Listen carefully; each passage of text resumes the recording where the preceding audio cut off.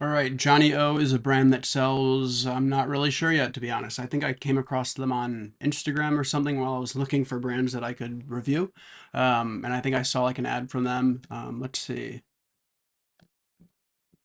All right, looks like preppy wear. Okay, so the first thing that I'm noticing is that I've been on the website for just over a minute now, and there's no pop-ups. There's just this little embed form all the way at the bottom. There's no reason to sign up. They're not offering any value exchange. There's no discount. There's no free shipping incentive or anything of that nature. Yeah, it's trying to collect. This is a bit counterintuitive. All. What if I select men and all? Yeah, I really don't like this. I think they're much better off using some type of pop-up sign-up form that shows with unique triggers on homepage and also product page load. So there's a secondary form, and I think there should be some type of offer that incentivizes the sign-up. And I definitely think there should be some type of data collection because only asking what collection they're interested, yeah, and that can be okay, but yeah, I think they're better off asking, what matters most to you in your clothing. How often do you buy new clothing? What collections are most important to you aside from just men, women, boys? Like, is it polo shirts? Is it pants and bottoms? Is it winter wear or footwear or accessories? Like, those are way better data points to be collecting than just. I don't even know what they would possibly do with this aside from just like segmenting the email flows, but I don't think that's making much of a difference because what really makes a difference is being able to gather data that helps you optimize your ads and landing pages. And this alone just isn't going to help them do that. Yeah, so no pop-ups, not good. Let's take a look at one of their product pages. This is a cool looking shirt. Let's look at this.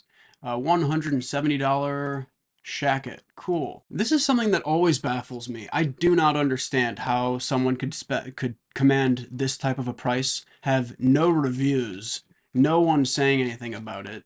Um, there's zero reviews. There's no video on this product page talking about why it's made. It doesn't look like it's that special. It doesn't look like it has interior pockets. Yeah, I'm at a loss for how. Someone please explain to me how brands are commanding these types of prices with no first time offer. Um, $170. I could go to Lululemon and buy two of these for that price. In fact, I got this from Lululemon. It's a shacket. It's got three zipper pockets, and it's got two on the side, and it's a shacket. And I got this at the Lululemon outlet for $60, 70, maybe 60 to 70 bucks.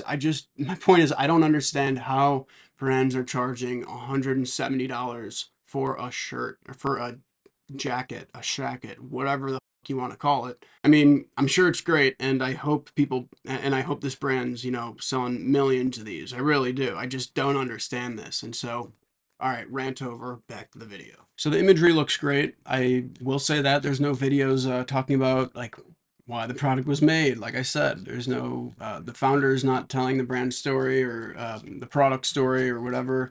There's none of that. Let's see, fabric, 64 cotton, 30% pilot, 5%. Why? Why? Why 5% spandex instead of 10%?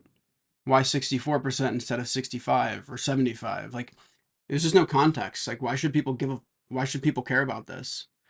Is this important? Without context, why does this matter? I don't know. But I do know that it's not helping someone make a purchase decision unless they're the type of person that's just totally like really into the material, the composition, but I've never met that person. Have you? I haven't. Chambray trim inside neck and yoke. I think chambray is like a shade of light blue. Uh, what it means in this context, chambray trim inside neck, I guess it just means it has light blue trim on the neck and yoke. And yeah, I don't even know what that means.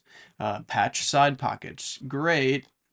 Be cooler if they had zipper pockets, though. Shout out Thumb United if you saw my last video. Joe label on tail. How many people knows what jaw label on tail means? Imported from where? Why? I do like how they have this sizing reference so people can kind of see themselves in the product based on their own attributes and characteristics. I like how they have the size guide for both all the different collections and all the different categories. I do like that. Yeah, again, no reviews. That's a little odd. Shipping and returns. Is there any information? All right, free shipping on orders over 125. Okay, perfect. We get free shipping because we're spending a fortune. Great. What about returns? Is there any information on returns?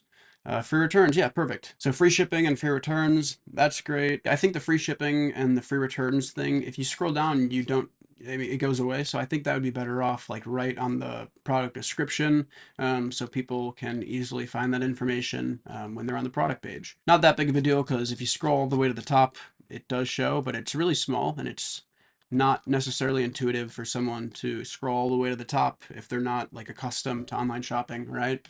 I like how they have the care guide. Another thing is there's no comparisons to similar products that they sell. Like I'm sure they have more than just one shacket, right? So, okay, so they have a flannel shacket. They have different types of products that appear to be similar, um, but there's no like linking directly out to that product, or there's no mention of, hey, if you're looking for these types of features, check out this the flannel shacket, and we have that. Or hey, if you're looking for a shacket with zipper pockets, if you're looking to be a little bit more modern, check out that product, and then link directly to that product page, because it's not necessarily intuitive why all the different shackets are priced differently. And I get that the material, yeah, like flannel is different than like a preppy looking the last one we were on, right? But I just still think there should be some type of mention of like what makes one shacket or one shirt or one pair of pants a better or worse choice than others, and why. All right, so as far as go-to-market strategy, I would say the types of products that they're selling is apparel. It matters because it's a good question. Why does it matter? I'm gonna take a look at their about page and try to figure out if I can find out why it matters. All right, so I'll take a look at their story and try to find out a little bit about the brand and why these types of products might matter to their customers. Um, who doesn't love oceans and palm trees? That's nice. Okay, so it seems like this brand's all about meshing preppy style with California informal wear, if you will. Casual preppy attire, I guess, would be a good way to describe it. So it sounds like it matters to consumers if they're the type of consumer who likes preppy attire. They like to dress nice, but without necessarily taking themselves too seriously. Although it's so not cheap clothing, so it feels like they're going after that like lifestyle angle. So the main reasons people probably buy these products has to do with like reinforcing their own like vision of themselves and how they see themselves. They like to dress a certain way. They like to buy from specific brands. They like to be a part of those types of communities. On some level, they probably buy the products to align with their own lifestyle. Think the corporate bosses who wear Patagonia vests. The ways people probably experience these types of products from this brand for the first time, I would guess, is a lot of social media advertising. It's probably a lot of content online, maybe organic social media or paid media, whatever. Like I said, ads.